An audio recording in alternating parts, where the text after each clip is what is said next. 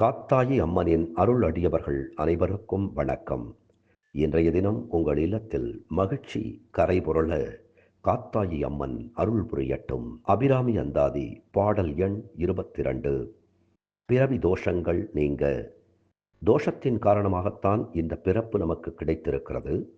இன்னும் சொல்லப்போனால் பல பிறவிகளில் செய்த தோஷங்கள் நீங்கவே இந்த பிறவி அருளப்பட்டிருக்கிறது என்றும் கருத வேண்டும். எனவே பிறவி தோஷங்கள் நீங்க இந்த பாடலை படியுங்கள், சிந்தியுங்கள்.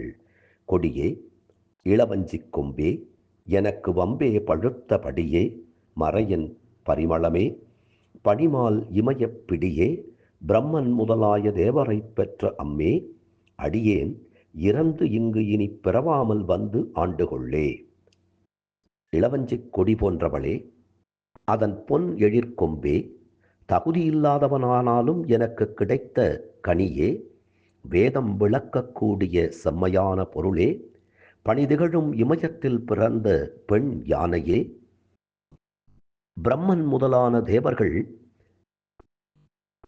பெற்றெடுத்த அன்னையே, இம்முறை இறந்தபின் மீண்டும் இவ்வுலகில் நான் பிறவாதிருக்க அருள் செய்ய வேண்டும் அன்னையே என்று அபிராமி அன்னையிடம் வேண்டுவோம். இந்த பிறவி தோஷங்களை நீக்கிக் கொள்ளுவோம். தோஷத்தின் காரணமாகத்தான் பிறவி ஏற்பட்டது என்றால் இந்த பிறவியில் எப்படி தோஷங்களை நீக்கிக் கொள்ள முடியும் என்றொரு கேள்வியும் எழலாம். பல்வேறு விதமான பிறப்புகள். இதில் மனித பிறப்பு என்பது கிடைத்தற்கரியது. இந்த பிறப்பிலே அபிராமி பட்டர் அன்னையினுடைய பாதத்தை தொழுது அமாவாசையன்று பௌர்ணமியை கண்டிருக்கின்றார். அப்படி நாமும் இந்த இருளான உலகில் ஒளியை காண்போம். தினம் தினம் அபிராமி அந்தாதி சிந்திப்போம்.